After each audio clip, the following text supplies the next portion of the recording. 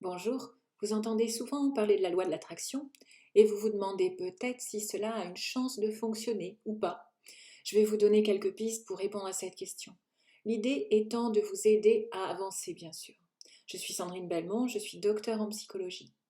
Alors la loi de l'attraction repose sur l'idée que la pensée attirerait ce qui est en phase avec elle.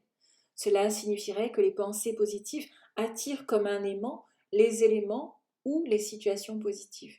Mais ça signifie aussi que les pensées négatives doivent alors être écartées sous peine d'attirer du négatif. En tant que psychologue, je ne peux pas me limiter à l'idée d'une pensée magique, et je préfère l'idée que notre état d'esprit influence nos actions et notre rapport au monde en général. Si je pense très fort à quelque chose, je vais la voir. Ça me fait penser à un conte pour enfants. Ce serait merveilleux, moi j'adore cette idée. Mais mon esprit rationnel cherche à comprendre ce qui pourrait amener à ce que cela fonctionne. Plusieurs auteurs ont largement contribué à cet engouement sur la loi de l'attraction. Norman Peale, Napoleon Hill, Anthony Robbins. La pensée positive a été étudiée en psychologie. On peut en dégager deux méthodes.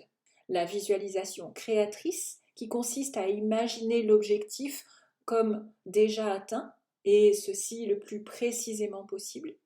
Et puis une autre méthode consiste à visualiser la réussite en imaginant un obstacle et la façon d'y remédier. Les résultats des recherches montrent que la stratégie mentale consistant à se préparer aux difficultés et à imaginer un plan d'action pour la réussite serait la plus porteuse de résultats.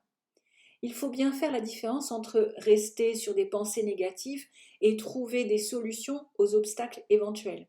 Cependant, il me semble que se concentrer sur la réussite de l'objectif et non sur les écueils éventuels est une manière de se mettre dans la bonne disposition d'esprit. Imaginons que vous ayez à réaliser une course à pied de 10 km par exemple. Je reste persuadée que vous aurez de meilleures performances en vous imaginant sur la ligne d'arrivée, fier d'avoir réussi votre défi personnel, plutôt qu'en imaginant l'échec ou en restant sur les douleurs musculaires provoquées par l'effort par exemple. D'autres études nous montrent que les personnes se pensant chanceuses ont une attitude plus détendue et ouverte vers l'extérieur. Ainsi, elles remarqueraient davantage les éléments heureux plutôt que de les attirer. Tout cela confirme que notre disposition d'esprit, notre mindset, influence dans une certaine mesure ce que nous vivons. Pratiquant l'hypnose au quotidien avec mes patients, je ne peux que valider cette hypothèse. Il semblerait que, si nos croyances sont suffisamment fortes, cela pourrait amener un changement inexplicable autrement. Je vais faire le parallèle avec le placebo. Le placebo signifie je plairai initialement. Le placebo, c'est un médicament inactif qui est donné pour plaire aux patients. En médecine, il y a deux types de placebo. Celui qui est totalement inactif, comme du lactose emballé dans une gélule, ou des produits sans indication précise, comme de la vitamine C. Quoi qu'il en soit, l'effet d'un placebo est bien réel, car il est efficace pour un tiers des personnes selon les recherches, surtout sur la douleur et sur l'insomnie. Je le répète, le placebo est efficace pour un tiers des personnes sur quelque chose d'aussi biologique, d'aussi important que la douleur. Il peut même exister une dépendance au placebo. Alors, l'efficacité du placebo serait liée à des facteurs psychologiques, des croyances bien ancrées, bien installées. En Occident, lorsque nous avons une douleur, un symptôme que quelque chose ne va pas, la séquence douleur égale docteur égale comprimé égale guérison est bien installée et c'est ce qui nous conditionnerait pour la guérison. Sérieusement, ça vous est jamais arrivé d'avoir une douleur, un symptôme quelconque qui disparaît dès que vous avez vu le médecin ou pris rendez-vous, ou vous avez personne autour de vous qui a déjà vécu ça? Les études sur le sujet montrent que la confiance établie entre le thérapeute et son patient est importante dans l'efficacité du placebo et que l'on observe une conséquence biologique vraisemblablement liée à la production d'endorphines. Alors l'endorphine, en cas de douleur, est semblable à la morphine, c'est présent naturellement dans notre corps. Finalement, si nous sommes suffisamment convaincus, nous pouvons activer notre guérisseur intérieur en quelque sorte. Et je continue mon parallèle sur la médecine pendant quelques instants pour faire le lien avec l'hypnose. L'hypnose permet de rendre la souffrance physique plus supportable, d'accélérer le processus de guérison.